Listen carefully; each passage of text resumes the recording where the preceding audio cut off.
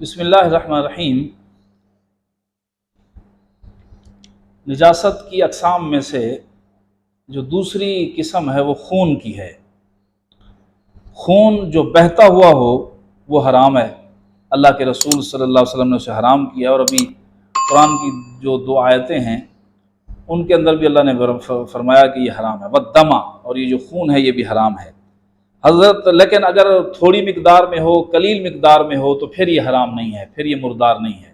حضرت عائشہ رضی اللہ تعالی عنہ فرماتی ہیں کہ ہم گوشت پکاتے تھے اور گوشت پکتی ہوئی ہنڈیا میں اوپر سے ہلکی ہلکی خون کی دھاریں ہوتی تھی، خون کی دھاریں۔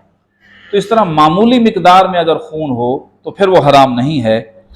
اور صحابہ کرام رضی اللہ تعالی عنہ جو ہے نماز پڑھتے تھے اور ان کے جسموں کے اوپر زخم ہوتے تھے اور زخموں سے ہلکا ہلکا خون رستا تھا، تو وہ زخمی حالت میں صحابہ کرام نماز ادا کرتے تھے۔ تو یہ جو تھوڑی مقدار کا، معمولی مقدار کا خون ہو وہ حرام نہیں ہے، وہ جائز ہے۔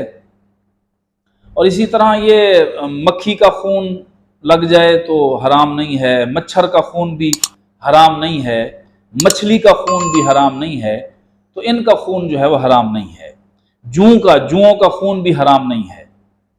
جن جانوروں کے جسم میں خون نہیں ہوتا وہ حرام نہیں۔ اسی طرح جسم کے اوپر زخم ہو گئے ہیں، اور زخم سے یا پیپ سے جو پانی نکلتا ہے وہ بہرحال حرام نہیں ہے، آپ نماز پڑھ سکتے ہیں، اس کو نجاست نہ سمجھا جائے۔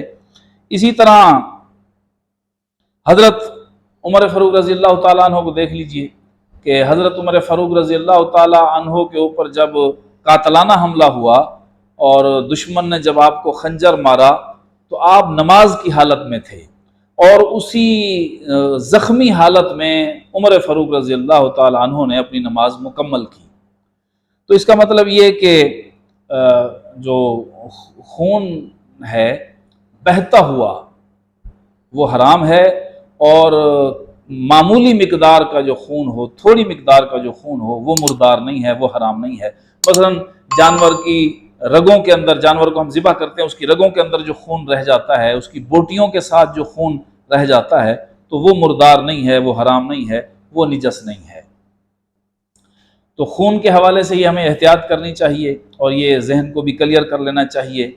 تو اللہ رب العالمین سے دعا ہے کہ اللہ تعالی ہمیں پاکیزگی اور طہارت اور نجاست اور نجس چیزوں کو سمجھنے اور سمجھ کر عملی زندگی میں احتیاط کرنے کی توفیق عطا فرمائے۔ آخر دعوانا الحمدللہ رب العالمین۔